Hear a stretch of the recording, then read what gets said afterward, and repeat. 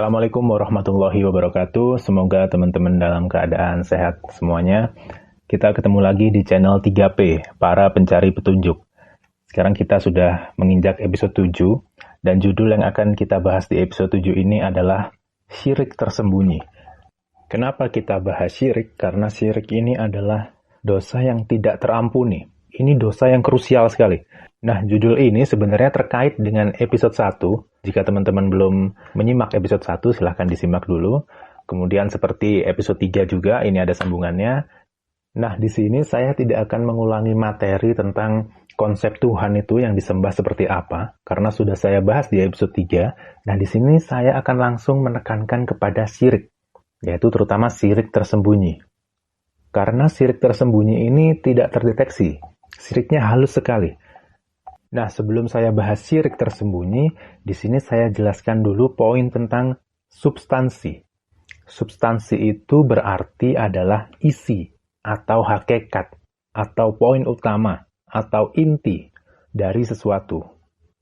Nah, kita harus bisa membedakan antara substansi dari sesuatu dengan contoh dari sesuatu.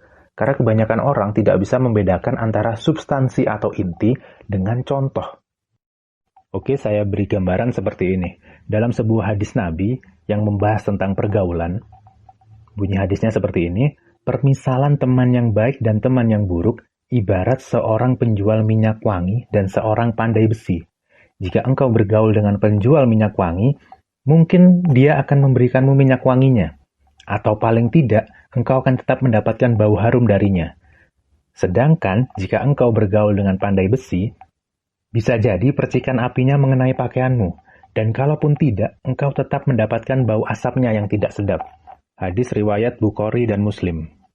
Hadis ini terkenal sekali, tapi rata-rata orang tidak bisa mengambil substansi dari hadis ini. Kan inti dari hadis ini adalah dengan siapa kita bergaul, kita akan mendapatkan imbasnya. Kalau kita bergaul dengan yang baik, kita akan berimbas yang baik. Dan kalau kita bergaul dengan yang buruk, kita akan berimbas mendapatkan keburukan. Kan seperti itu substansinya atau isinya. Nah, sayangnya orang-orang banyak yang membahas antara pandai besinya dan minyak wanginya. Padahal pandai besi dan minyak wangi adalah contoh. Ini cuma contoh, jangan dijadikan acuan. Karena di zaman dulu, Nabi ngomong seperti ini, yang ada contohnya yang minyak wangi dan pandai besi. Bukan minyak wanginya yang baik, pandai besinya yang buruk. Nggak ada yang bilang kayak gitu. Cuman penangkapan orang-orang sekarang rata-rata seperti itu. Padahal di Al-Quran ada surat yang namanya Al-Hadid, yang artinya besi. Dan zaman dulu juga identiknya dengan besi. Peperangan juga dengan besi. Tidak ada satu ayat pun yang bilang tentang parfum, tentang minyak wangi, nggak ada.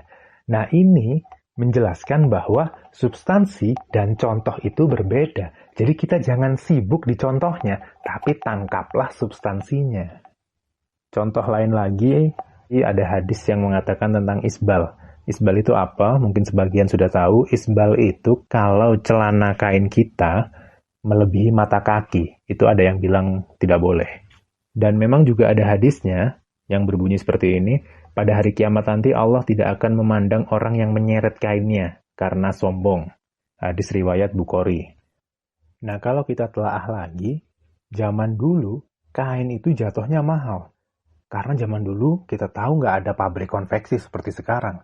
Zaman dulu mau dapat sehelai kain itu harus import dari kota sebelah. Dan importnya itu bukan lewat JNE, bukan lewat paket kayak sekarang.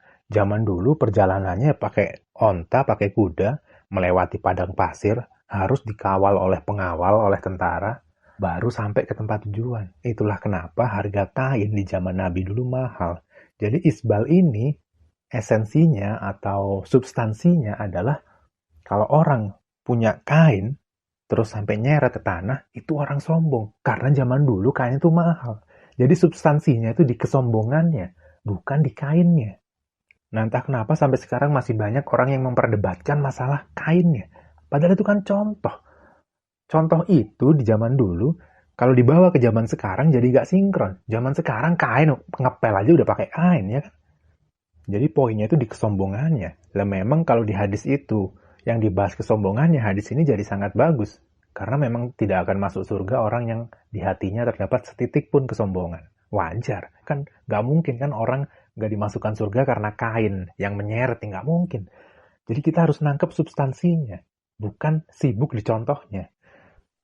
Nah, sekarang kita mulai masuk ke intinya. Kita di sini membahas syirik tersembunyi. Dan syirik tersembunyi ini, kalau dalam bahasa Al-Quran, itu disebut dengan penyembahan selain Allah atau bisa dikatakan berhala. Nah, berhala ini diperlakukan seperti Tuhan, tempat seseorang bertaat diri, berpamrih diri, dan rela mengorbankan dirinya untuk sesuatu itu. Dan sayangnya itu bukan buat Allah, tapi untuk selain Allah. Nah, selain Allah ini, atau bisa kita sebut dengan berhala, memiliki dua kategori. Yang pertama adalah sosok. Sosok ini bisa mengarah ke seseorang atau tokoh.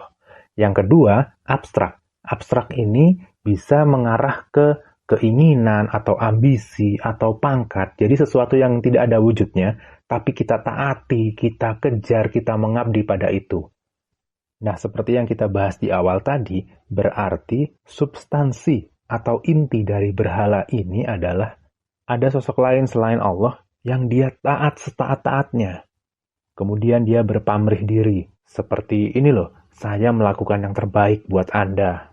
Ini loh, saya berprestasi untuk Anda. Ini loh, saya kreatif untuk Anda. Nah, jadi Andanya di sini bukan Allah, tapi selain Allah.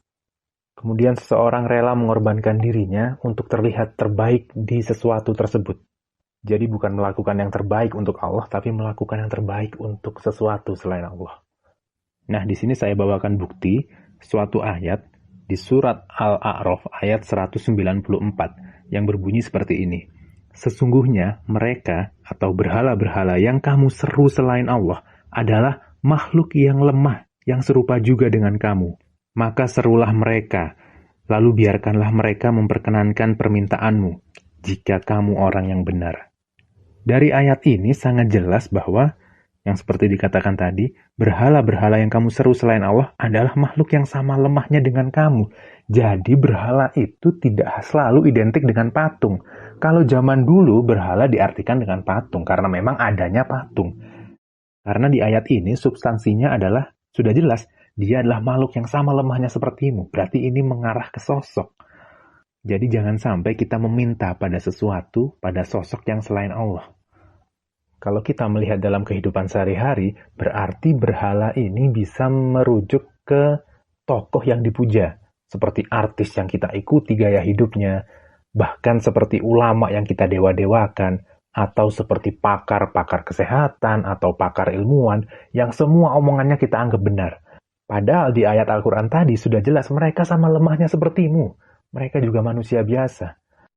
Kalau dalam kehidupan kita seperti bekerja, mungkin bos kita anggap suatu dewa. Yang kalau kita nggak nurut dia, kita nggak bisa hidup. Loh, berarti ada sosok lain selain Allah yang kita gantungkan hidup kita ke dia. Ini bahaya sekali. Kadang juga pimpinan kita anggap semua omongannya adalah benar. Atau semua tindakannya, atau semua peraturan yang dia buat, kita anggap mutlak benar. Inilah wujud berhala di zaman ini.